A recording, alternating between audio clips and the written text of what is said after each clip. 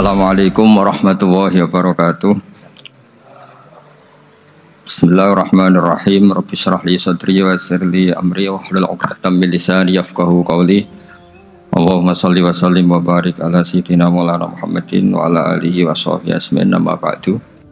Bismillahirrahmanirrahim. Alhamdulillah al-aliyil azim wassalatu wassalamu ala sayyidina Muhammadin an-nabiyil karim wa ala alihi adillatil huda wa ashabihi masahibid duja. Amma ba'du, fayaqulu Abdul Fakir Al-Jani Muhammad Hasim bin Muhammad Asyari Al-Jumbani. Ya, jadi ini beliau muji-muji Allah. Kemudian beliau ngendikan amalahu rabbu bilutfihi dani amin. Ini qad ajastu waladi. Jadi saking dekatnya Ki Fauzan dengan Mbah Hasim, itu mengistilahkan Mbah Fauzan itu waladi. Ini ajastu waladi wa qurrata aini. Mesti yang qurrata aini itu ndelok murid pinter seneng. Jadi sekira rasa bayangno dadi wa qurrata aini. Jadi beliau istilahkan Mbah Fauzan itu ini qad ajastu waladi wa qurrata aini. Terus beliau nulisnya itu Raden Fauzan bin marhum Syekh Maksum. Jadi ya sebenarnya di sini itu dulu orang masih manggil Raden Fauzan. Jadi sebetulnya yang dapat gelar Raden tidak hanya Mbah Asnawi. Raden Asnawi itu kan kalau nggak salah itu Raden Asnawi bin Husnan ya. Bin Husnan punya ibu Ayu Sofiyah, ini binti Asnawi Sepuh. Kalau saya dari jalur Mbak Hafsah, buyut saya namanya Hafsah binti Maksum bin Soleh bin Asnawi Sepuh. Makanya saya termasuk bejo glorien nate khatam kalian Mbah Nur di rumah Mbah Pah memiliki tiap Sakban. Saya ngaji di sini hanya Sakban sama Ramadan. Tiap perainan disarang di sini. Jadi kalau setor satu hari satu juz dari satu bulan pas khatam mau nambah keluyuran nih. Lain jelas niku buyut-buyut kula nyen lahir teng mriki. Dina kula oleh GR nggih sampean sing numpang kula, mboten kula sing numpang sampean. Lah wis gak penting niku. Numpang-numpang wis ora penting. Ya ini qad ajastu waladi wa qurrata aini Raden Fauzan bin marhum Syekh Maksum Al-Qudsi Al-Jawi. Jadi beliau masih mengistilahkan Raden Fauzan bin marhum Syekh Maksum Al-Qudsi Al-Jawi. Ayyar wiya anni mata juzu riwayatuhu. Jadi beliau cara istilah sekarang diberi ijazah amah, boleh meriwayatkan apa saja. Min sahihil Bukhari wa sahihi Muslim wa Ihya'il Imam Al-Ghazali. Sudah lengkap ini. Ya. Bisa ya. Kok tinggal kopina ya, tinggal dilakukan. Gak boleh ini dijual di Jakarta. Ini menantunya Pak Nur Iskandar ini. Jadi kalau Kiai sendiri kan repot, jalan pintas jadi mantunya Kiai. Sekarang banyak Gus gitu, Kiai juga nakalan. Daripada ngalimkan anaknya kesuwen, mek mantu alim. Jadi sekarang banyak gerakan jalan apa? Pintas. Jadi Kiai sendiri kangelan, golek Kiai sing wis dadi. Atau Kiai itu kangelan ngalimno anake, golek wong sing wis alim. Ya, ini nggak tahu ini yang jalan pintas mertuanya apa menantunya. Siapa yang jalan pintas? Seperti apa? Silakan.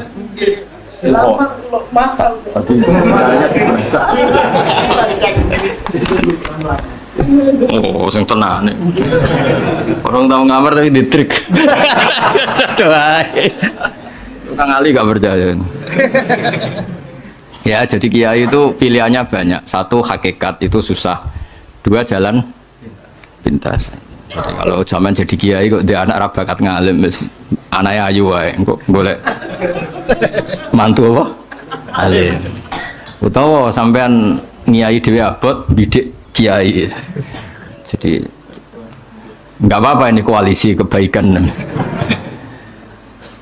Ya waladi wa qurrata aini Raden Fauzan bin marhum sateruse ayyar wiya anni mata juzu riwayatuhu min sahihil Bukhari wa sahihi Muslim wa Ihya'il Imam Al-Ghazali wa ayyaqra'a minal ahzab. Ya, boleh baca beberapa hizib. Di sini disebut Al-Hizbil Imam An-Nawawi wa Khulasatil Muhdam wa ghairihima minal ahzab an-nafi'ah. Nah, saya baca di naskahnya Mbah Mahfud Termas, karena kita tahu Mbah Hasyim dulu itu ngaji sama Mbah Mahfud Termas. Di Al-Mustafid 5 Alaminal Asanid termasuk di situ ada ijazah Dalailul Khairat. Ya, ada ijazah apa? Kita tahu Mbah Mahfud kalau nasab gurunya di Jawa itu dulu ngaji Mbah Soleh bin Umar Darat. Dulu beliau itu orang Mayong sini, orang Jepara.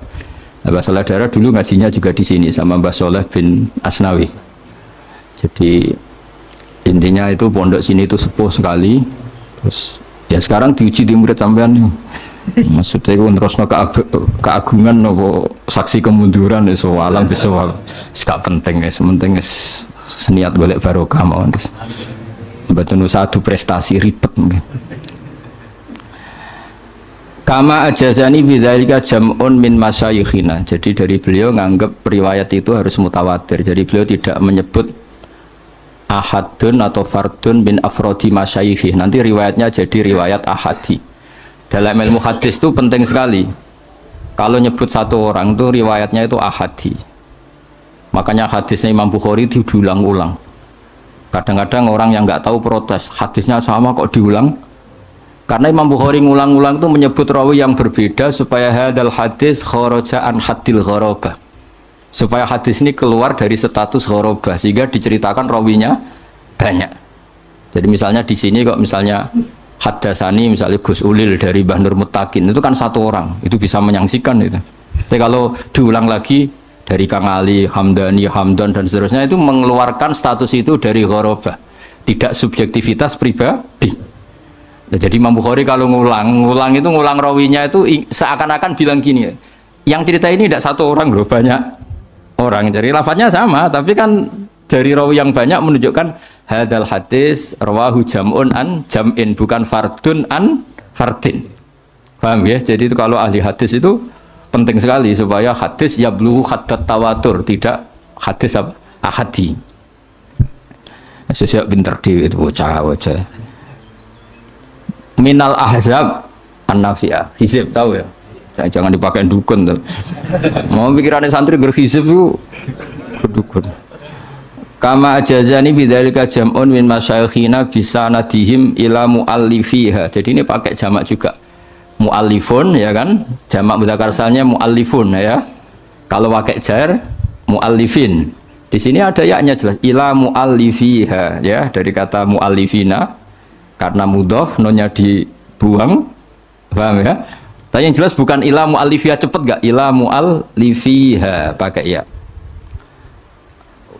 Ya, terus beliau ngendikan wa usi waladi al-mujaz al-mazkur.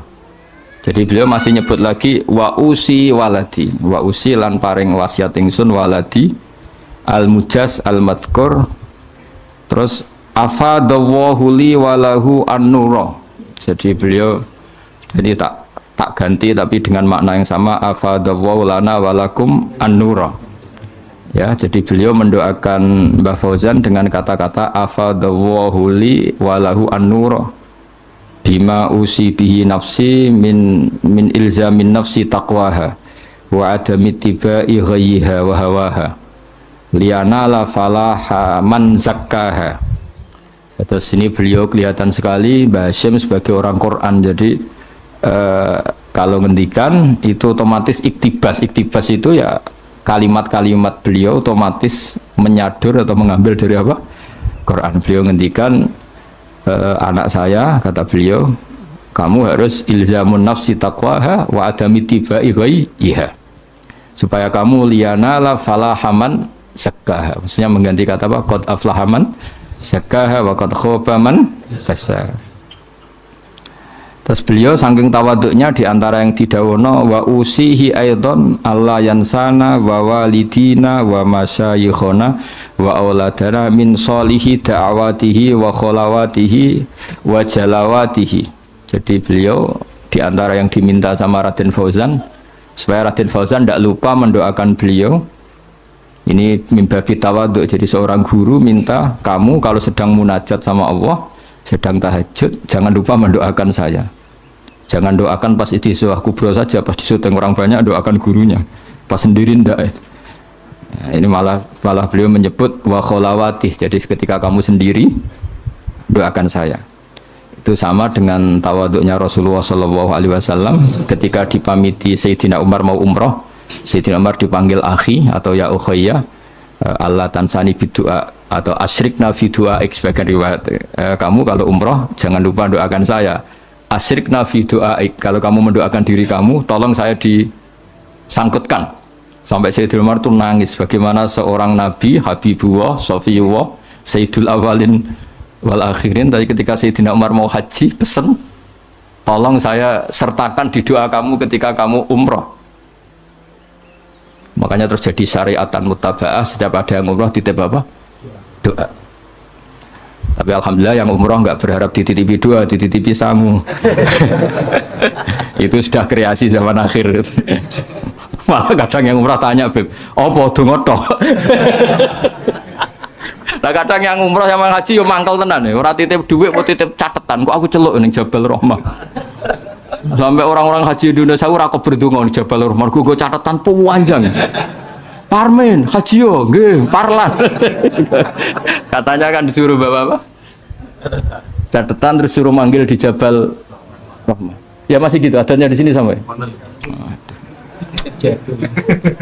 Akhirnya gak kok berdonga mergo gowo apa? Ribet. Kenapa takut wayo? Karena itu ada Jabal Rahmah itu. Katanya kalau nulis perempuan yang dicintai di situ kesampaian katanya. Jadi misalnya kamu senangi Sri, tulis saja Sri. Ternyata Sri nulis Sri Ek. Ribet. Nasibnya Jabal Rahmah itu kasihan. Karena dianggap Jabal Cinta. Aduh ribet. Oh itu kan sudah dipilak loh sama pemerintah Arab Saudi. Oh nanti bek lagi ya. Kan sudah diputihkan ya. Nanti musim haji. Jangan-jangan kamu nulis itu. Ya Jinur Iskandar calon mertua. Enggak. Semoga enggak.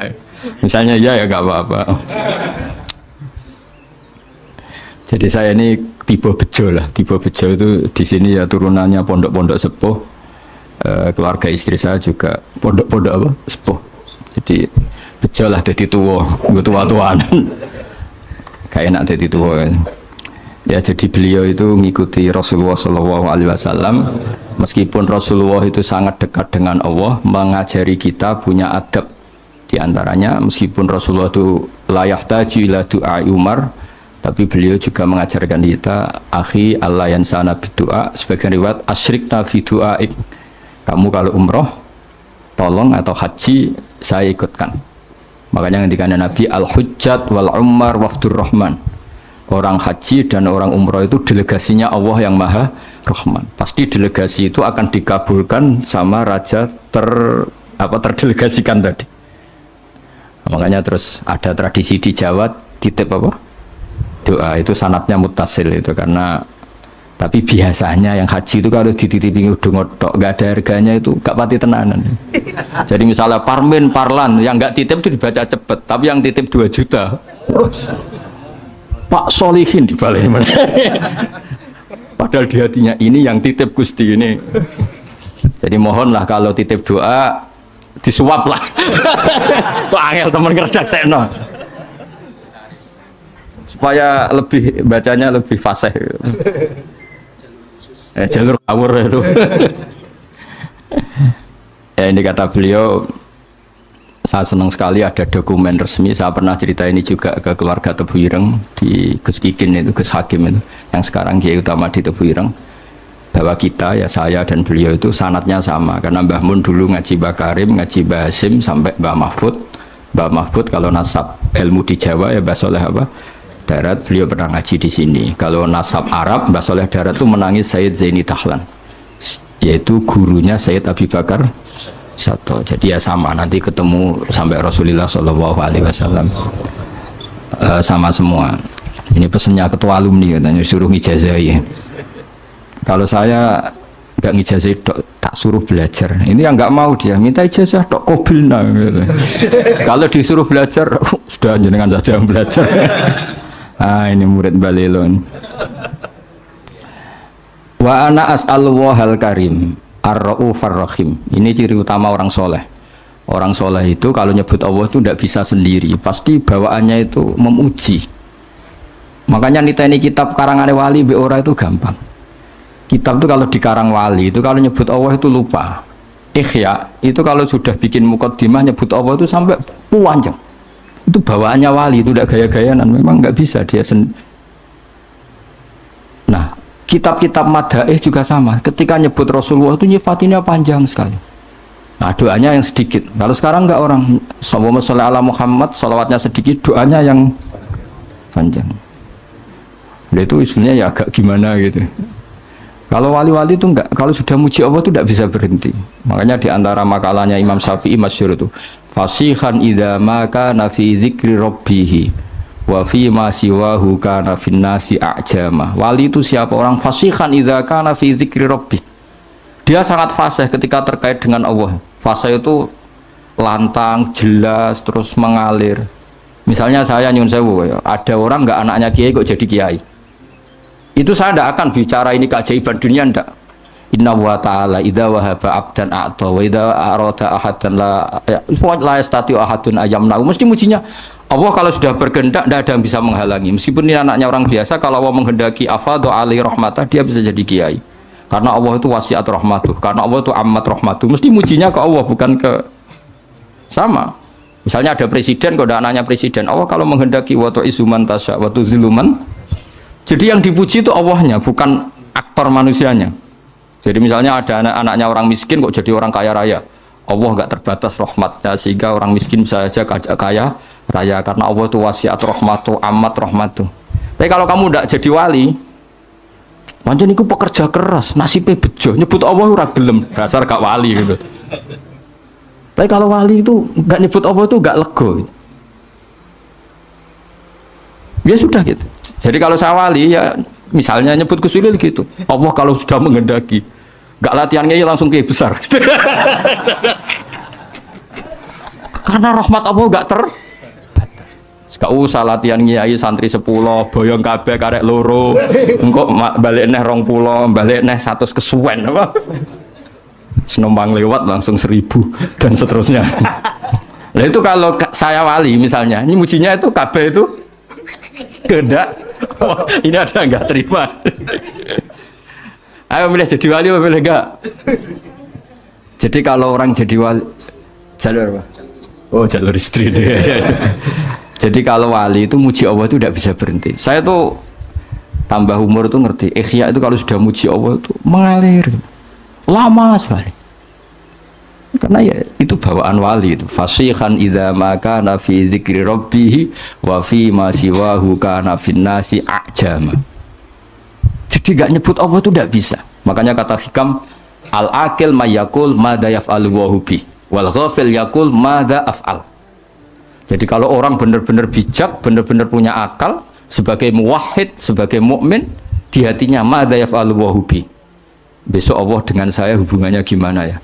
Karena kita tahu mata harrok tu ila wa harrokan ya Allah, mata alam tu wa ma alam tu ila wa qad alaman ya Allah, semua diisnaskan la haula wala quwata illa billah. Makanya tadi Mbak Hasyim ketika nutup surat saja katab tuh bibanannya masih muhaukilan musabbihan, pokoknya keren. Nulis itu sambil baca tasbih. Kalau kamu nyurati murid kan supaya gak lupa kiainya ya gitu. Apalagi kalau sudah mapan. Niatnya itu agak-agak gimana ya. Itu tidak saya yang salah maksudnya.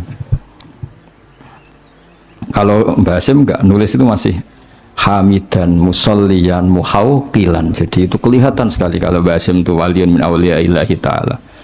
Wa ana as'alullahal karim ar-raufar rahim ayyamunna aliyya wa alaihi.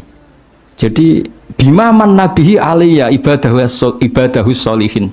Jadi bawaannya itu isnadul umur ilallah. Jadi saya berharap Allah yang ar-raufur rahim, al-barur rahim, ngasih dia sebagaimana yang Allah kasihkan kepada hamba-hamba yang soleh. Jadi kabeh isnadul umur ilallah. Kul kullum min indillah. Jadi muji Allah terus. Enggak kok terus ini murid saya supaya nyai terus punya santri banyak, sowanannya banyak. Wah itu dunia tok ruwet ya. Jadi ayyamunna aliyya wa alaihi. Jadi betapa guru sama murid itu menyatu dulu. Ayyamunna aliyya wa alaihi. Bimaman nabi ala ibadihi sholihin. Sama seperti ahli surga, ketika nanti masuk surga orang kok terus ingat amalnya, ingat prestasinya di dunia itu enggak. faman nawwahu alaina wa waqana adzabas samum inna kunna min qablu nad'u innahu huwal barrur rahim. Jadi bawaannya orang soleh itu ketika kita nanti masuk surga, sampean sebenarnya jajal nak masuk surga itu mesti spontan. Saya bisa begini karena faman nawwahu alaina, Allah memberi nikmat ke kita, sehingga Allah juga yang wawaqona. Terus sampai saat terus faman nawwahu alaina wa qana adzabas samum inna kunna min qablu nad'u. Kita dapat nikmat sebanyak ini karena dulu kita minta Allah, dan karena Allah bawaannya baik, ketika saya minta ya dikabulkan. Innahu wal barrur rahim. Jadi walhasil sama sebagian ahli surga ngendikan gimana ketika masuk surga, alhamdulillahilladzi adzhaba annal hazan inna rabbana laghafurun syakur. Ketika masuk surga dan kita bebas, gak usah beli tanah tapi tanahnya luas. Kalau di sini beli tanah ada urunan barang, ribet kan, urunan libatno ketua alumni ribet ngono wae ora barbar. Nanti kalau di surga ada gitu, alladzi ahallana daral muqamati min fadlillah yamasuna fiha nasabu wa la yamasuna fiha lughub. Jadi kalau di surga ya tabawa minal jannati haitsu yasha, atau kalau mutakalim ya natabawa minal jannati haitsu nasha. Itu enggak bayar itu. Kalau kita punya tanah luas itu harus ada nasab. Alladzi ahallana daral muqamati min fadlillah yamasuna fiha nasabu wala yamasuna fiha lughub. Kalau di dunia ingin punya tanah luas repot enggak? Repot kan? Pilihannya urunan atau beli kerja keras, atau jalan pintas sifat mertua tapi wedi istri. Semuanya itu nasab. Meskipun langsung punya tanah luas, kalau milik mertua takutnya sama siapa? Istri. Sama nasab lah. Semuanya kalau soal di dunia itu lewat apa? Nasab. Tapi kalau di surga, alladzi ahallana darul muqamati min fadlih la yamassuna fiha nasabu wa la yamassuna fiha lughub. Dan sebagian ahli surga dakwahum fiha subhanakallahumma wa tahiyyatuhum fiha salam wa akhiru da'wahum alhamdulillah. Jadi bawaannya orang baik itu nggak bisa nggak nyebut Allah, intinya gitu. Tapi kalau kamu udah orang baik bar mangan gelegean enak saat ini cocok, dasar gak wali. Tapi kalau wali mesti bawaannya alhamdulillahilladzi atamana wa saqana wa ja'alana minal muslimin. Tapi nak wali bar ngelem saat ini di kurang rokoknya ribet wis. Dadi wong bakat wali mbek ora ketara, kok raine wis ketara. Mboten iki cerita mawon. Sampeyan ora usah tersinggung, biasa wae. Dadi wis ora usah ngenteni wah ketara lah sih. Ketara mboten. Jadi ukuran wali itu fasihan idza ma kana fi dzikri rabbih wa fi ma siwahu kana fin nasi ajam. Ajam itu kalau ngomong selain Allah itu gak pati fasih, karena gak tertarik. Wong cilik parman misalnya tuh jadi kiai, jadi presiden misalnya, tuh jadi bupati, kok jadi kiai gede ku piye ya asal usule gak tertarik. Wali lu tertarik inna wa ta'ala idza wahaba 'abdan a'ta wa lam yakun li ahadin man'uhu wa la hadruhu fa inna wa ta'ala idza arada syai'an qala lahu kun fayakunu yamsaka wa bidurin fala kasifala wa yuridka bi khairin fa wa ala kulli syai'in qadir fala radda. Itu kan diulang-ulang di berbagai ayat. Mujinya Allah. Memangnya kenapa kalau orang kecil jadi orang? Kalau Allah sudah mengendaki tidak ada yang bisa menghalangi. Rahmatnya Allah tidak terbatas. Orang kaya bisa dapat, orang miskin bisa dapat, anaknya kiai dapat, yang enggak anak kiai juga. Jadi mujinya Allah itu wali. Tapi nak wali malah drengki barang. Nah wong cilik jadi wong ribet ngadepi wong rawali ku ribet. Seorang eling pangeran drengki, aduh sempurna. Iku nak daftar wali tak pelorot yakin. Sora tak lebono, cara pas Pak apa verifikasi wis ra tak lebono wis wali kok hasud. Wa ayyaj'ala ilmana saterusé terus sekolah waca terus khalisan liwajhil karim. Saya sudah muji Allah, semoga Allah juga yang menjadikan semua ilmu kita khalisan liwajhil, terus wa ayyan fa'bihil anam, dan semoga manfaati ke banyak orang, wa yaj'alahu barokatan wa rahmatan. Jadi semua doa guru-guru kita yang namanya ilmu itu ya bawaannya bawa rahmat, jangan tambah alim tambah bawa bencana. Bawa ilmu ini barokatan wa rahmah, kayak Nabi Isa ngendikan apa, wa ja'alani mubarokan aina ma kuntu. Jadi bawaannya orang alim kemana-mana itu ya bawa berkah. Jadi nggak bawa emas nggak bawa masalah. Wa ay yuhsinali walahu ya kal mabda'i al khitam. Jadi bijahi sayyidina maulana Muhammadin alaihi afdhalus sholati wassalam. Jadi bawaannya wali itu semoga sebagaimana awal beliau ngaji ini baik, anak saya ini ngaji baik. Kalau mabda'nya bagus, saya berharap Allah juga bikin khitamnya bagus. Masyhur itu kalau dalam pepatah itu al bidayah lahian nihayah. Terus karena beliau sangat mencintai Rasulullah SAW, ditutup bijahi sayyidina wa maulana Muhammadin alaihi afdhalus sholati wassalam. Jadi ini cerita-cerita betapa hubungan pondok sini sama Mbah Hashim. Karena Mbah Hashim yang ngaji Mbah Soleh Darat dulu, Mbah Soleh Darat pernah ngaji di sini juga, diantaranya ya tentu banyak gurunya, diantaranya pernah ke sini. Di sini juga dulu udah pernah ngaji di Mekah. Supaya walhasil semua itu zuriyatam ba'duha mimbat, baik zuriyah gen maupun zuriyah sebab. Tetes para habaib, para hasaniyin maupun hasaniyin ini zuriyah nasab. Yang para santri, para umatnya Nabi ini namanya sebab. Makanya Nabi kalau ngendikan diulang 2 kali, kullu nasabin wasababin mungkotiun yaumal qiyamah illa nasabi wasababin. Jadi ada orang yang hubungannya dengan Nabi itu gen, kayak para habaib, para alun Nabi. Ada yang hubungannya itu sabab. Kalau sabab ini butuh prestasi, kayak Salman Al-Farisi bisa diakui Nabi sebagai keluarga karena prestasinya punya ide khondak. Setelah punya ide itu Nabi ngendikan Salman minna ahlal bait. Jadi ya sudah seperti itu. Jadi kita harus syukur sama Allah karena kita sebagai umat Rasulullah SAW semuanya punya jalur ke Nabi. Makanya Mbah Mun itu sering cerita Nabi itu berkah bagi semua. Yang cucunya karuan ada gennya, kata Habib Bidin, Habib Ja'far itu ada gennya, Habib Muh semuanya ada gennya. Yang enggak cucunya keberkahan sisi Nabi. Misalnya Nyun Sewu ada orang biasa, awam, badawiyah, orang desa. Itu kulluhum yatasyarrafuna bin Nabi. Semuanya merasa terhormat dengan Kanjeng Nabi karena Nabi pernah disusui wong imro'atun badawiyah, yaitu namanya Halimah As-Sa'diyah. Orang Mesir ya bangga semua dengan Nabi karena istrinya Ibrahim yang akhirnya melahirkan Nabi Hajar itu orang apa? Mesir. Nanti orang-orang Palestina, orang Syam juga bangga karena Nabi Ibrahim itu orang sana, orang Syam, orang Palestina.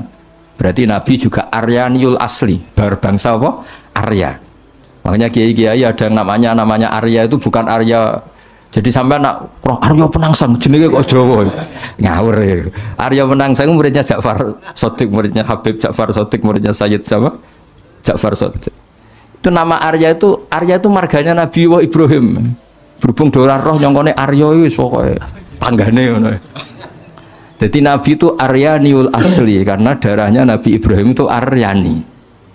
Tapi orang cilik-cilik sing dadi wong cilik itu rasa cilik hati. Maka Nabi punya sisi ditakdir, memang Allah menghendaki begitu, menyusui sama imro'atun badawiyah namanya Halimatus Sa'diyah. Jadi ini yang dimaksud rahmatan lil alamin. Jadi sisinya Nabi ini sudah membawa berkah pada semua. Ketika Nabi bikin ajaran juga gitu. Yang kaya ya senang dengan ajarannya, yang miskin yang kaya ditarhib barokah sedekah. Wes wenang sing sugih ana barokah sedekah. Sing melarat gak kalah keren, nyelip swarga kacek 500 tahun. Tapi alhamdulillah sing melarat gak gelem dikomongi ngono, gak gelem. Cek kepengin melok sing sugih. Padahal swargane sampean mbek Gus Ulili cepet sampean 500 tahun. Gus Ulili dihisab tok alpate seribet. Iku apakmu sampe mertua. Iku seribet. Tapi nak sampean kan gak ono hisabe. Ondal wis gak mentolo malaikat. Ngangkang wis ontel gasap ya riyen kangkang mriki ono wis ontel iki apa? Gasap. Jadi ketika malaikat ngisap, iki ondele sapa? Gasap. Yang dihisap itu pemiliknya apa yang gasap? Pemiliknya. Jadi sing gasap atau dihisap gasap tok. Tapi nak sing duwe mobil-mobil wah ribet. Tapi engko ditarhib Saiki sing numpak Alphard makili Izzatul Islam. Lah kowe wong melarat piye? Ribet sampean sing melarat, aduh ribet. Menang saya. Menang saya katanya Gus Walil. Jadi misalnya kok prosedur hisab, tema Izzatul Islam, sing melarat sakake kan. Sing Islam jabat sugih kok ngarep. Saya Gusti mewakili Izzatul Islam. Saya sudah jabat naiknya Alphard, umat saya banyak. Tapi kalau tema sabar dan ngempet, wong melarat langsung maju. Gusti kula mergawe bolak-balik bangkrut. Bojo ngamukan, tangga ora percaya. Masuk sebenarnya. Tema ora jelas, masuk setengah-tengah. Diarani sugih kreditan, diarani sugih numpak mobil mewah. Ini tengah-tengah. Jalur khusus ya nanti. Lawala nih. Ya jadi ini cerita betapa orang-orang baik niku ora iso ora ngelem pangeran nggih. Terus mulane dawuh Imam Hikam domir iku ya domir. Wong nak wali tenan iku bawaane muni Allah meskipun wis berupa domir. Di misalnya kula ngrasa alim misale kabeh iku minau, wah ngrasa mulang ya minallah, ngrasa di santri minallah. Itu disebut fa'usribat makna domiris syahani. Jadi kabeh ku huwa alladhi huwa yut'imuni wa yaskin wa idha maritu fahuwa yasfin. Terus pakai domir fa'alamanahu la ilaha illallah. Makanya ada torikoh jenis satoriyah itu nak muni ke Allah tapi hu sangka huwa jadi domir sa'an jadi apa akhirnya sing rafa torikoh apa hu jadi ku aslinya ku fa'usribat makna domirisani. Jadi saking para ke pangeran Isra muni Allah tapi muni hu. Mergo semua tentang Allah niku teng Quran kata-katanya diganti domir. Qul huwallahu ahad. Jadi Allah itu zat yang lahul asmaul husna. Berhubung Allah itu lahul asmaul husna tidak bisa dijelaskan dengan kata-kata. Pokoknya dia adalah dia, hu adalah hu. Nah, makanya qul huwallahu ahad fa'lam annahu la ilaha illallah. Asyhadu juga sama ada domirisan asyhadu Allah ilaha itu annya kan dari annahu kan. An di situ dari kata apa? Annahu karena ditakhfif terus domirisannya dibuang. Tapi kalau maknanya masih sama. Asyhadu nyekseni ingsun an sakdurunge kelakuan annahu la ilaha lah berhubung yang penting domirsaan tuh huwa terus disingkat tadi hu akhirnya anak mursid gawe torekoh hu akhirnya itu wiridan hu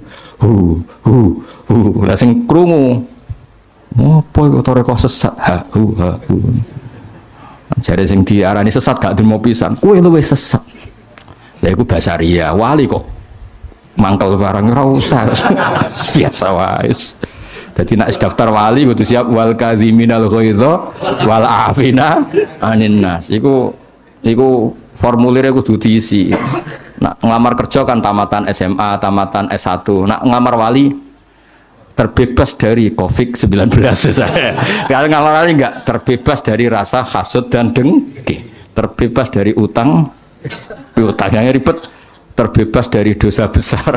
Bareng kecuali kecualinya cuma akeh dosa besar yang berakumulasi menjadi besar, dosa kecil yang berakumulasi menjadi. Jadi nanti kalau daftar wali formulirnya tadi terbebas dari hasud dan dengki wal kadhiminal ghaidha wal afina anin nas. Terus niki kalau cerita sanad-sanadipun Kiai Fauzan termasuk pendiri pondok niki. Jadi wow nggih terus pun kalau terusakan satu hadis lagi habis ini mungkin mahalul qiyam. Haddatsani Bishr bin Hakam, haddatsana Abdul Aziz bin Muhammad, haddatsana Yazid wa huwa Ibnul Had an Muhammad bin Ibrahim Abi Salaman Abi Hurairah annahu sami'a Rasulullah sallallahu alaihi wasallam yaqul ma adzina wa li shay'in ma adzina li nabiyyin hasanis sauti yataghanna bil Qur'an. Itu oleh nafsiri yajharu bi. Jadi kesunatannya orang baca Quran itu jahar. Tapi jahar itu tidak harus memekakkan orang lain, penting itu jahar. Bihaitsu yusmi'u nafsah, kalau dalam fikih sekiranya diri kamu sendiri dengar. Karena kalau kamu baca diri kamu tidak dengar, malaikat yang biji juga ribet kan. Itu mau copo toh. Kan gak jelas opo sing diwaca. Jadi harus apa ya jaharubi sehingga huruf-hurufnya itu bisa manfaat ke orang lain. Wala tajhar bi sholatika wala tukhafit biha, itu di semua tafsir diterangkan faya khudha mingkal Quran. Sebagai riwayat disebut ya'khuduna mingkal Qur'ana. Ya Muhammad, ketika kamu baca Quran jahar, setidaknya orang lain bisa mengambil Quran dari kamu. Makanya ketika Abdullah bin Mas'ud, akhadtu sab'ina suratan min fi Rasulillah, karena Nabi bacanya jahar sehingga orang lain bisa mengambil. Jadi misalnya ada orang yang fasih baca Quran jahar, setidaknya fasih itu menjadi standar publik karena yang mereka dengar adalah Quran yang fasih. Tapi kalau yang fasih sendiri maca dermemel, oh Quran itu jimat tuh.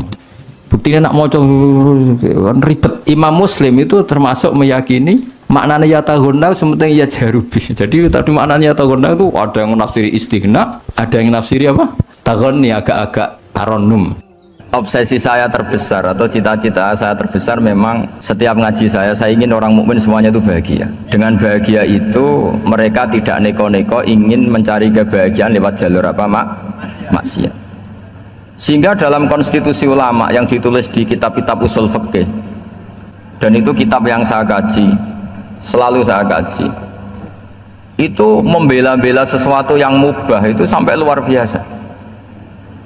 Karena melihat mubah itu, misalnya Anda tidur itu berstatus mubah, Anda bermain catur berstatus mubah, Anda rileks sama teman jagungan semalam dengan teman rektor atau dosen atau yayasan, itu melihatnya bukan mubah tapi tarkul maksiyah. Misalnya saya semalaman asik musamarah itu jagungan malam sama Habib Toha Al-Munawwar, itu Allah ngitungnya bukan wah ini jagungan ngalor ngidul tidak penting, tuh enggak. Malam itu bahak tidak ke dugem, tidak ke tempat maksiat. Sehingga ada ulama yang mengatakan mubah itu enggak ada. Saya ulang lagi, mubah itu enggak ada. Kan umumnya ulama bagikan wajib, ya kan, haram gitu. Terus diantaranya mubah, sunat, makruh. Ada ulama yang mengatakan mubah itu enggak ada. Kenapa? Logikanya begini, itsma min mubahin illa wa yatahaqqaqu bihi tarku haramimma. Karena tidak ada mubah yang Anda lakukan kecuali saat itu pasti ditinggalkannya sebuah keharaman. Misalnya Anda sedang jagungan sama istri di luar, di rumah, asik di rumah semalaman, mungkin bahas hal-hal yang ringan, mungkin melihat sinetron atau apa yang ringan. Tapi di situ terjadi Anda meninggalkan ke tempat-tempat maksiat. Sekarang ninggal maksiat itu wajib apa mubah? Wajib. Padahal Anda sedang melakukan mubah. Nah, itu dicatat oleh Allah itu tarkul haram, meninggalkan keharaman. Jika masyhur dalam cerita wali-wali itu, Abu Yazid yang seperti itu ibadahnya pernah tanya, ya Allah, lalu yang makomnya orang seperti saya siapa? Karena beliau semalaman ibadah terus. Sama Allah dijawab, ya yang tidur di pinggir kamu itu. Abu Yazid, kok bisa ya Allah? Dia kan tidur terus. Ya kan dia tidur berarti meninggalkan keharaman. Ngomong sing potongan tukang maksiat itu apik turu apik melek kira-kira gitu. Apik turu.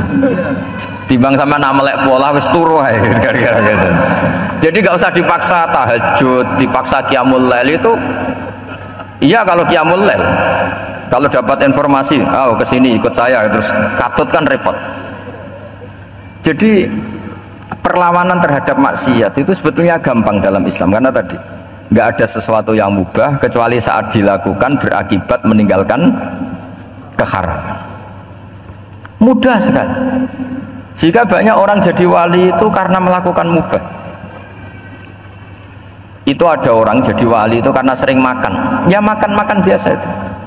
Karena ketika makan, ya Allah, betapa doifnya saya. Katanya saya presiden, katanya saya rektor, saya kiai. Ternyata kalau nggak makan tuh lemes. Apa hebatnya makhluk yang bergantung makhluk yang lain, yaitu makanan. Nah karena seperti itu terus dia al-laja ilallah, terus dia sungkeman dengan Allah. Betapa lemahnya saya. Sebab itu ketika Quran mengkritik dan dengan tanda kutip kemungkinan Tuhannya Isa bin Maryam, itu ngeritiknya sederhana Quran itu. Mal masih ibnu Maryam illa rasul qad khalas min qablihi rusul wa ummuhu siddiqah kana yaqulanit ta'am. Isa itu tidak Tuhan, wong dia makan gitu. Kamu kebayang nggak misalnya punya Tuhan, wah tadi Tuhan mampir ke rumah saya, dia lemes, setelah tak kasih makan sehat lagi gitu. Itu kan nggak kebayang gitu. Tapi Tuhan marung di rumah saya, lemes tak gratisin, kayaknya tidak punya uang gitu. Setelah makan, wah gairah lagi. Kebayang nggak punya Tuhan seperti itu. Sehingga Quran kalau gojlok sederhana, karena yakulanit toh. Sehingga wali-wali itu kalau makan tuh sadar lemahnya dirinya, betapa dirinya tergantung makanan. Sesuatu yang tergantung itu artinya tidak hebat, tidak Tuhan. Jadi untuk menjadi wali, untuk menjadi dapat ridhonya Allah itu sebenarnya sederhana. Termasuk ada cara jadi wali yang agak kacau, tapi ini ya benar, asal niatnya benar. Misalnya Unisula besar, ya kurang besar lagi. Kita sudah punya uang, kurang banyak uang lagi. Itu Nabi Ayub, itu kan seorang nabi. Pernah diuji Allah, ini ada di Sahih Bukhari. Nanti kamu tanya, hadisnya sahih enggak? Ini ada di Sahih Bukhari. Kadang orang kota itu aneh, enggak ahli hadis tapi tanya, sahih enggak? Padahal andekan dibodoni sahih ya ngandel saja. Jadi kadang ya aneh. Kok enggak tahu kok tanya itu. Itu Nabi Ayub itu sudah kaya, pas itu sudah kaya. Bukan cerita yang masih miskin, memang sudah kaya. Beliau di kamar dihinggapin satu belalang dari emas. Setelah belalang itu dikejar, ternyata yang jenis itu banyak, semuanya dari emas. Ngambil sana sini, ini yang kesak ini dipenuhi, saku ini dipenuhi, sampai banyak. Terus sama Allah digojlok, kamu itu nabi saya, kenapa kamu mengumpulkan harta sebanyak itu? Kamu itu nabi saya kok rakus? Jawabannya Nabi Ayub unik. Ya Allah, siapa yang bisa kenyang dari rahmatmu? Ya, jadi kalau kamu punya uang 1 miliar, kok ingin 1 miliar 100, ingin 1 miliar 200, itu cara ngitung bukan uang. Ya Allah, siapa yang bisa kenyang dari rahmatmu? Karena rahmat Allah tidak terbatas. Sudah Gusti, tenang saja. Meskipun saya gini, rahmat Anda tidak akan habis. Sehingga waroi ada ilmunya, tomak juga ada ilmunya, termasuk ragus itu juga ada ilmunya. Misalnya begini, ini contoh rakus yang ada ilmunya begini. Ini saya beri contoh. Mungkin yang boleh niru orang-orang soleh, kalau nggak soleh jangan. Imam Syafi'i, ini cerita nyata. Imam Syafi'i itu dulu ketika ngaji masih muda itu nggak suka sama guru yang kaya. Kebetulan dia punya guru miskin terus. Namanya Sufyan As-Tsauri, itu miskinnya Masya Allah. Sufyan bin Uyainah juga miskin. Jadi dia miskin, punya guru miskin terus. Sehingga idolanya ya sama guru-guru yang miskin. Suatu saat guru-guru ini menyarankan dia ngaji Imam Malik. Imam Malik itu kaya raya.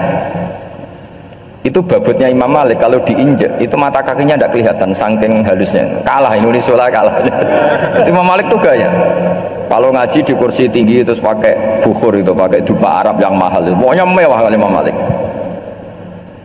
Terus dia mulai, ini kiai kok kaya.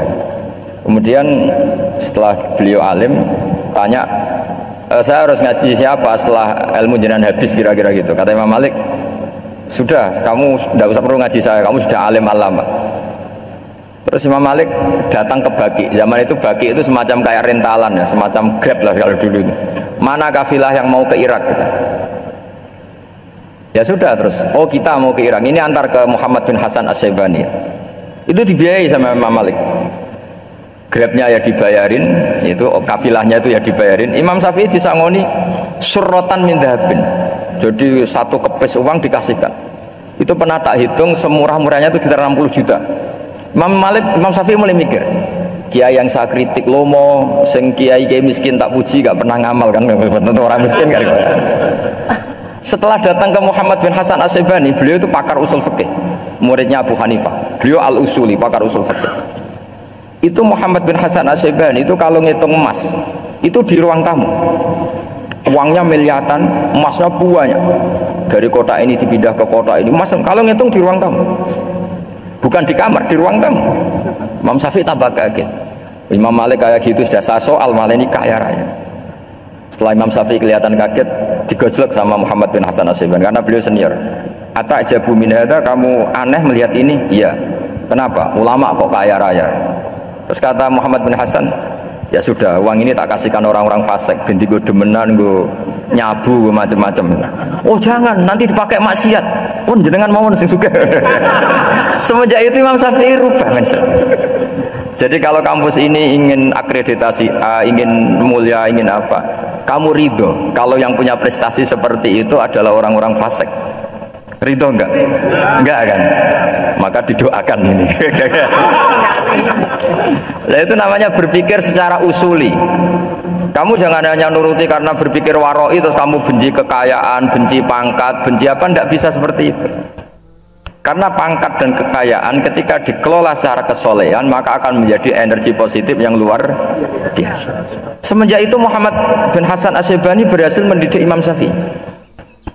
Sampai akhirnya keterusan Imam Syafi'i berpendapat kalau orang Islam bisa bikin rumah tingkat kok punya rumah reot itu haram kata. Akhirnya keterusan. Kalau bisa jadi bupati kok jadi ketua RT juga haram. Karena al-Islam ya'lu wala yu'la alaih. Islam itu luhur bukan bisa diluhurin. Sehingga rata-rata orang Syafi'iyah termasuk kiai-kiai Indonesia itu rata-rata ya agak-agak politikus. Ya agak-agak kedonyan, mungkin sebagian kedonyan tenan gitu. Karena nggak ridho gitu loh. Kalau kesempatan itu dikuasai orang fasik kemudian menjadi kekuatan maksi. Coba kalau bupati itu orang yang fasik, kemudian programnya supaya rakyat seneng semalaman dangdutan yang purno misalnya, supaya rakyat seneng dibolehkan dugem, dibolehkan judi. Tapi kalau yang jabat orang soleh, kan ada beberapa perda yang menolak penyakit apa? Masyarakat. Jadi kamu jangan melihat bahwa kepangkatan ini hanya sebagai alat korupsi, alat otoriter, enggak. Asal kena orang soleh, maka ini menjadi energi kesolehan atau energi positif. Sebab itu ketika Allah muji para nabi yang soleh, diantaranya disifati apa? Faqad ataina ala Ibrahim al-kitab wal hikmata, terus ayat wa atainahum mulkan azim.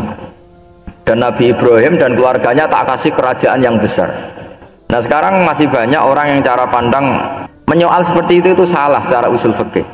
Karena cara usul fikih kesempatan yang baik tentu harus diperjuangkan oleh orang-orang yang soleh. Karena ini supaya jadi otoritas yang positif. Itu dulu ada latihannya. Jadi orang dulu itu gampang sekali ketika milih miskin ditanya, kenapa miskin? Saya ingin hisab saya ringan. Tapi ketika mereka kaya yang soleh, supaya harta ini tidak dipakai orang yang nanti dipakai maksiat. Kita misalnya orang soleh kok mau pangkat, karena kita ada ridho kepangkatan itu dipegang orang maksiat, kemudian menjadi energi maksiat. Begitu juga seterusnya. Maka ulama dulu itu rileks. Sampai Syekh Nawawi Al-Bantani itu nanti bisa dicek di tafsir Qul hal yastawil ladzina ya'lamuna wal ladzina la ya'lamun. Beliau muji-muji ulama. Kemudian ada seorang yang agak hasud mungkin. Tanya begini, hebatnya ulama itu begini-begini. Terus ditanya, tapi kenapa kita sering melihat ulama ngantri proposal di rumahnya bupati katanya. Sementara bupati nggak pernah datang ke ulama ngaji ihya. Jawabannya Imam Syekh Nawawi itu unik. Ya karena ulama itu tahu gunanya uang, sehingga nyari uang untuk pondok, untuk masjid. Sementara bupatinya tidak tahu gunanya ilmu, maka tidak pernah ngaji. Jadi ya ringan saja oleh. Jadi ya sudah seperti itu. Jadi kalau ada ulama kedonyan, anggap saja karena tahu gunanya uang. Jadi kenapa ulama ngantri di kabupaten, bukan bupati ngantri di ulama? Jawabannya karena ulama tahu gunanya uang, sementara bupatinya nggak tahu gunanya ilmu. Ya kira-kira gitulah. Ada ustadz tidak ganteng, kesensem rondo cantik, karena tahu gunanya ustadz itu. Artinya tahu gunanya kalau saya nikah nanti punya anak jadi gus, karena kan dia kiai gitu. Tapi rondone raro gunanya dia karena miskin gitu. Jadi ulama dulu itu rileks, menafsirkan apa saja itu rileks, termasuk saat terpojok itu rileks. Karena semuanya dianalisis pakai ilmu. Sehingga ciri utama wali itu apa? Ala inna awliya Allahi la khaufun alaihim walahum yahzanun. Enggak ada rasa takut, enggak ada rasa gampang. Karena melihat sesuatu itu gampang saja. Seorang lagi melihat sesuatu itu gampang saja, ringan. Saya beri contoh ya betapa pentingnya mindset ya, cara berpikir. Orang itu menjadi kikir itu karena nganggap hidup itu lama dan uang itu penting. Kalau zaman Nabi itu sederhana kalau melihat hidup ini. Pernah suatu saat Nabi itu punya jatah makan, karena Nabi itu hidupnya juga pas-pasan. Jadi Nabi itu unik, beliau di satu sisi kaya raya, bisa ngurmat Abu Hurairah, Ammar, Suhaib, Ashabu Sufa itu dirawat Nabi semua. Itu kan kaya, bisa merawat sekian orang. Tapi di sisi yang lain untuk pribadinya beliau miskin. Kadang nggak bisa makan hari itu. Tapi di saat yang sama bisa merawat Ahlus Sufa. Jadi keliru kalau orang hanya cerita Nabi itu miskin, untuk makan dirinya aja susah. Itu keliru. Kelirunya kalau tidak diteruskan, tapi Nabi mampu menghidupi Ahlus Sufa. Singkat cerita, jatah makannya Nabi itu dikasihkan orang. Ketika Nabi tanya, ya Aisyah, makanan jatah saya di mana? Oh ya Rasulullah, tadi ada orang minta tak kasihkan, maka makanan itu habis. Apa kata Nabi? Kamu salah Aisyah, yang kamu kasihkan itu justru yang masih. Ya, yang kamu kasihkan itu justru yang masih. Sehingga Nabi menganggap, makanya Nabi terus ngendikan, ya kalau mukhatabnya lelaki ya kira-kira begini, wahal laka min malika illa ma akalta fa'afnaita walabista fa'ablaita. Terus tanya watasaddaqta fa'abqaita, kata Nabi. Harta kamu ya kamu makan kemudian ke WC jadi kotoran, atau punya pakaian mewah nanti rusak. Watasaddaqta fa'abqaita, ada yang kamu sedekahkan yaitu yang abadi sampai akhir. Sehingga banyak pengusaha yang mencintai saya setelah tak ajari hadis itu, misalnya punya uang 1 miliar karena dia spekulan atau pedagang rawan bangkrut, disedekahkan ke masjid 50 juta, yaitu yang abadi. Jadi kalau suatu saat bangkrut, dia masih punya uang 50 juta di akhirat. Jadi Nabi itu mengajari sedekah itu apa? Ya sedekah itu pengabadian uang. Kalau kita kan enggak, bilang sedekah itu nguras uang. Itu pikirannya setan dan pikirannya orang Islam. Itu cara berpikir setan, bukan cara berpikir umat apa. Sehingga Sayyid Ali Zainal Abidin itu kalau ada orang minta, kemudian beliau ngasih, itu beliau bilang gini, marhaban biman hamala zati ilal akhirah. Matur nuwun nggih jenengan sembeto sangu kula nate. Jadi dianggap teller saja. Orang yang minta uang beliau itu dianggap tukang nyatet bank itu. Karena sudah ditabungkan, ya sudah. Kalau kita kan enggak, wah pengemis tuh ganggu gini-gini. Kecuali pengemis profesi ya mungkin kita agak-agak enak. Pada zaman akhir tuh ada pengemis apa? Profesi, jadi repot teman. Terus tak beri contoh lagi kebahagiaan ketika kita milih Islam moderat. Islam kita diajarkan guru-guru kita, utamanya oleh guru kita Mbah Maimun. Saya juga sering ketemu beberapa ulama dunia, termasuk Habib Umar. Saya juga ikut sowan ke sini pas beliau sama Habib ini Hasan Toha Putra di sini sama orang-orang moderat. Itu cara berpikir juga luar biasa indah. Beliau pernah cerita ya, beberapa ulama lah, banyak yang cerita itu. Saya pernah diceritani seorang alim, ketika ada orang ekstremis itu mau ngebom di tempat maksiat. Kebetulan yang maksiat itu kebanyakan ya orang Islam, karena di negara yang mayoritas Islam. Ditanya sama Syekh Sa'rawi itu. Syekh Sa'rawi itu mufassir top di mana? Mesir. Ini mau tak habisin karena mereka orang Islam kok maksiat terus. Terus ditanya sama Imam Sa'rawi, laumatu ala khini ma'asihim aina masiruhum. Kalau mereka mati dalam keadaan maksiat, mereka kemana? Ya ilanar, mereka pasti masuk neraka. Terus ditanya sama Imam Sa'rawi, wahal masiruhum ilanar muradun nabi amlah. Punya umat maksiat kemudian mati masuk neraka, itu yang diinginkan Nabi apa enggak? Ya tidak aja. Ya sudah, enggak usah dibom, ditunggu tobatnya kata. Karena kalau mati dalam keadaan itu ke neraka, dan itu tidak yang diinginkan Rasulullah Shallallahu Alaihi Wasallam. Terus ekstremis ini menjadi tobat, tidak berpikir ekstremis pas. Jadi orang itu harus berpikir mindset yang baik. Meskipun kadang berpikir baik itu ya agak-agak kacau. Ada seorang wali majdub itu kalau berdoa agak kacau, tapi nggak bisa dibantah. Masyhur itu doa itu. Ini sekaligus ijazah, tapi kalau sebelum wali nggak boleh.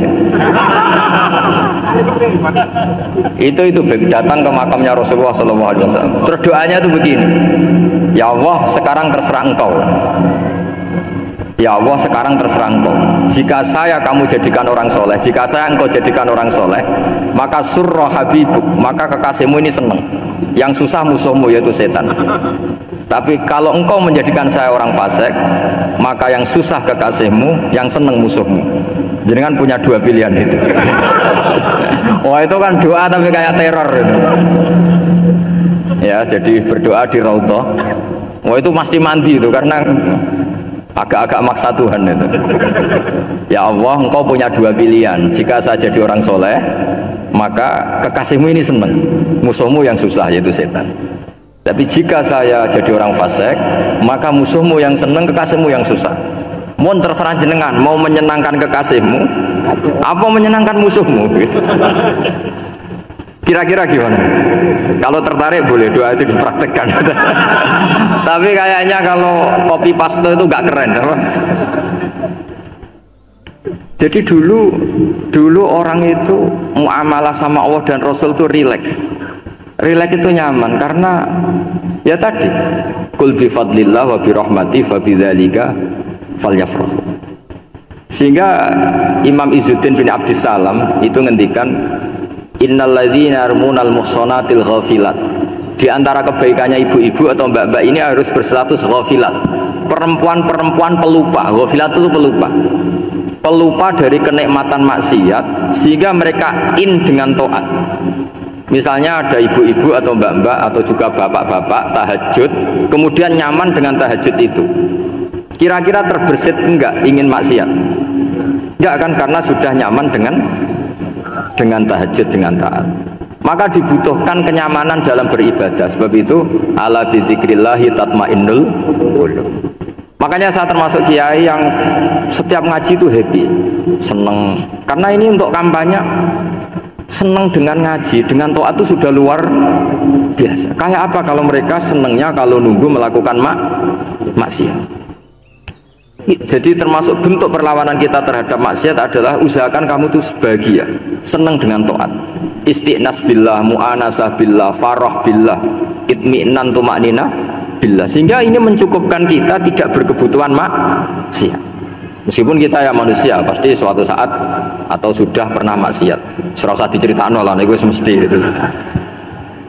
Lah orang-orang dulu itu orang yang sukses mengelola bahagia ma Allah wa billah walillah. Sehingga wali-wali dulu itu jadi wali itu tidak mesti karena ibadahnya banyak, itu enggak. Mereka orang yang ibadahnya itu biasa sekali. Ulama-ulama dulu ibadahnya biasa sekali. Tapi qulubuhum ma Allah, hatinya itu ma Allah. Itu ada seorang wali itu jadi wali, Umar bin Abdul Aziz yang dikenal khamisul khulafa. Khulafa. Di luar khulafa Rasyidin 4, di antara yang soleh adalah siapa? Umar bin Abdul Aziz. Itu ketika mau meninggal, itu senangnya bukan main. Itu semuanya nangis, beliau senang. Terus tanya, kenapa kamu senang? Memangnya saya kalau mati itu kemana aja? Ila khairi madhubin ilah, ke zat terbaik. Dibang urip mbek kowe bulet atau mbek arhamur rahimin gitu. Yaitu Allah Subhanahu wa taala. Jalaluddin Ar-Rumi ketika mau meninggal itu muridnya nangis semua, beliau marah. Kamu harusnya pesta karena saya mau ketemu kekasih saya, malah kamu tangisi, goblok sekali kamu katanya. Jadi orang-orang dulu itu luar biasa. Karena tadi mereka tidak ingin ketemu Allah itu dianggap problem, harus sesuatu yang membahagiakan. Makanya wali-wali itu kalau berdoa begini, wa khairu ayyami yauman alqa kafih, dan jadikan hari terbaikku adalah hari ketika saya ketemu engkau ya Allah. Pernah dengar doa itu? Wa khairu ayyami yauman alqa kafih, dan hari terbaikku adalah hari saat ketemu engkau. Aman kan gak? Apa matiku wedi. Saya tidak tahu wedi dosa apa wedi Israel apa wedi malaikat siapa? Mungkar nakir. Sebenarnya tidak perlu seperti itu. Karena cara pandang Nabi itu ini bisa dipraktekkan. Kalau kamu orang baik, mati artinya apa? Ya baik, karena husnul khotimah. Kalau kamu orang yang buruk, itu kata Nabi, anggap saja mati itu akhir dari keburukan kamu. Nah, aku urip terus, malah maksiat terus. Maka Nabi itu kalau ngajari kita berdoa gini, Allahumma ja'alil hayata ziyadatan li fi kulli khairin wal mauta rohatan li min kulli syarrin. Ya Allah, kalau saya hidup ya anggap saja ziyadah fi kulli khairin, berpotensi nambahi kebaikan. Kalau saya mati anggap saja ini akhir dari segala keburukan. Maka saya berkali-kali guyon. Makanya tradisi ulama-ulama NU, ulama-ulama pesantren, ya ada hanya NU, pokoknya ulama-ulama alim, itu Itu kalau ada orang mati, orang nakal gitu mati, ini saya gitu. Itu hadirin mesti gak terima.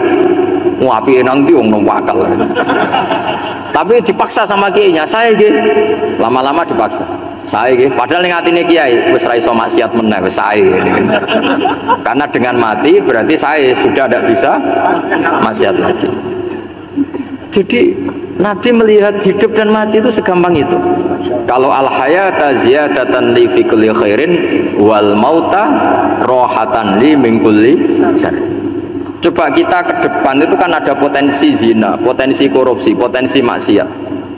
Yang bisa menghentikan potensi itu apa coba? Mati ya, udah pinter ya. Sudah maju berarti. Berani mati. Berani. Tapi jangan di sini ngel-ngelo panitia. Ya.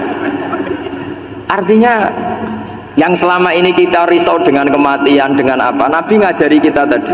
Allahumma ja'alil hayata ziyadatan li fi kulli khairin wal mauta rohatan li min kulli syarr. Ya Allah, jadikan hidup ini sebagai bekal menambah kebaikan, dan suatu saat kalau saya mati, semoga itu akhir dari segala keburukan.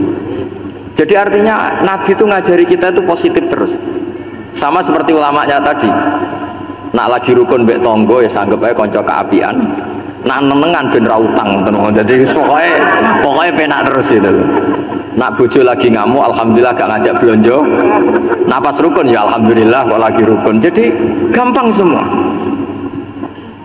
Makanya ada seorang alim itu ngendikan begini, ada yang tanya. Saya tuh dulu ketika kaya, teman saya sering main ke saya. Setelah saya miskin, nggak ada teman-teman yang ke saya. Dikira si Habib ini kebetulan orangnya Habib itu mendukung keluhan dia. Ternyata enggak. Si orang alim itu bilang gini, malah bagus tuh gitu. Kowe wis melarat buruhe wong. Ya sudah kamu miskin, buruhnya orang lain. Misalnya tukang manol di pasar atau tukang becak. Kemudian teman-teman kamu datang, malah kamu malu tuh jadi tontonan. Bagus kalau mereka lupa, pas kamu miskin tidak ada yang lihat. Jadi apa ya, dianggap enteng saja gitu. Akhirnya orang ini nggak jadi ngeluh. Selama ini kan kita ngeluh ya, ketika miskin teman-teman nggak datang. Coba kalau mereka datang pas kamu buruh bikin foto di orang lain, mantan bos buruh, malu nggak? Milih datang apa enggak? Enggak lah, sudah bener itu. Jadi ulama dulu itu makanya sering baca biar tahu solusi hidup. Jadi ulama dulu tuh gampang sekali melihat kehidupan itu, gampang sekali, indah, gampang. Sekarang tuh enggak. Orang itu cara berpikir nuruti nafsu, itu yang bahaya. Makanya Quran kritik ara'aita man ittakhadha ilahahu hawa. Orang yang cara berpikir itu nuruti hawa nafsu. Kalau zaman Nabi, zaman sahabat, zaman ulama itu enggak seperti itu. Sehingga cara berpikir itu mudah. Makanya kata Nabi, absyiru ya ma'syarul muslimin, kata. Kamu harus senang ya ma'syarul muslimin. Allah sekarang buka pintu langit yang sebelumnya enggak pernah dibuka. Dan Allah yubahi bikum malaikatah, dan Allah membanggakan kamu kepada para malaikatnya. Kenapa? Umatnya Muhammad, umatnya Rasulullah Muhammad SAW itu kalau sampean kepengen mati setiap saat itu baik, itu resepnya gampang kata Nabi. Addu faridotan wantadzoru ukhra. Jadi Allah memberitahu, ya Muhammad, umatmu ini luar biasa. Jadi misalnya tadi kita sholat subuh, ditanya, Bahak kamu sekarang ngapain? Nunggu sholat duhur ya. Setelah sholat duhur ditanya lagi, nunggu apa asar? Sehingga faman kanat hijratuhu ila Allah wa rasulih fa hijratuhu ila Allahi. Jadi kalau ya sudah, ini tak ijazahkan, kalau setelah sholat subuh nunggu apa? Duhur. Setelah duhur nunggu. Sehingga ketika kita mati itu statusnya penunggu sholat. Tapi kamu kan enggak, miskin, kenapa? Penunggu kaya. Ya, itu enggak masuk surga itu. Penunggu kemapanan. Berarti kan menunggu sesuatu yang seleranya nafsu. Beda kalau penunggu sholat, berarti kamu di dunia menunggu ritual ibadah. Maka diantara ijazahnya Nabi apa? Addu faridotan wantazuru ukhra, melakukan satu fardu, kemudian kita menunggu tugas berikutnya. Jadi niati saja setelah subuh nunggu apa? Duhur. Setelah duhur Meskipun kita di perapatan, apa? Nunggu asar. Ya. Tapi ya asar betul, jangan nunggu tok pas asar enggak. Jadi sebetulnya umat ini gampang sekali. Jadi di antara kebanggaan Allah, yubahi itu Allah bangga dengan malaikatnya adalah umat ini adalah addu faridotan wantazoru ukhra, melakukan satu fardu kemudian menunggu fardu yang dari mengkhidmati kampus, ingin mengkhidmati masyarakat, dari satu masyarakat lokal Semarang menjadi sampai sekarang sampai Banjarmasin, terus gitu dari satu tugas ke tugas yang lain. Makanya Islam diajarkan setelah satu tugas selesai faida faruhtafan sok. Jadi sehingga hidup kita itu dinamis, dari satu kebaikan menunggu kebaikan lain, dari satu kebaikan menunggu, sehingga hidup kita ngapain? Nunggu satu kebaikan. Ini sudah masuk faman kanat hijratuhu ilallah wa rasulih fa hijratuhu ilallahi wa rasulih. Sehingga orang bayangkan kalau kita direkam Allah, Gusti kula ampun mati nak dereng sugih.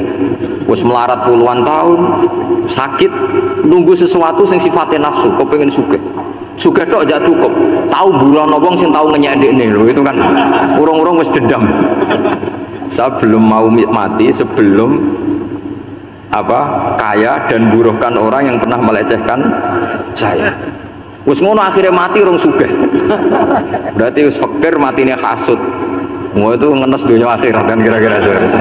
Kamu santai aja kalau fakir berarti meringankan hisab karena ada banyak harta. Yang mau dihisab apanya? Enggak punya apa-apa. Jadi saya mohon sekali ya, Islam itu mengawal kebahagiaan. Sebab itu sampai bahagia itu menjadi perintah Islam, kul bifadlillah wa birahmati fa bidzalika falyafrahu. Karena dengan bahagia bitaat diharapkan orang Islam itu tidak bahagia atau cari kesenangan lewat jalur maksiat. Sehingga ciri utama wali apa? Ala inna auliya Allahi la khaufun alaihim wa lahum yahzanun. Sehingga ulama dulu itu rileks-rileksnya, termasuk yang saya ceritakan tadi, Imam Ahmad, Imam Syafi'i, itu melihat apa saja rileks saja. Ya tadi kalau disenangi orang ya barokah, punya kawan kebaikan, nak dineng ya barokah dineng di gedingi tonggo rada utang, ngeranjuk tulung itu. Jadi rileks saja. Masyhur itu Imam Syafi'i ngendikan, waman asa'a ilaika faqad atlaqaka. Orang yang berbuat buruk sama kamu hakikatnya adalah membebaskan kamu. Atlaqo itu apa? Membebaskan. Enak gak jadi hidup gitu? Kalau kamu kan enggak, kok gedeng aku salahku apa? Malah kamu ujub dong, orang kok gak tahu salahnya. Kamu jadi suami, istrinya ngomel, kurang apa saya sebagai suami? Ya kurang banyak, enggak ganteng, enggak kaya, ada ini. Malah kalau diterangkan malah parah toh. Ya sudah, rileks saja. Kalau dia ngomel ya tadi, alhamdulillah dapat pahala tambah apa? Biaya. Terus ngomel kan butuh energi, paling yang tidak kuat 3 jam. Nanti juga berhenti apa? Sendiri. Terus ambil nilai positifnya, misalnya ngomel sama suaminya, bagus lah. Kalau ngomel sama tetangga malah kayak apa gitu aja.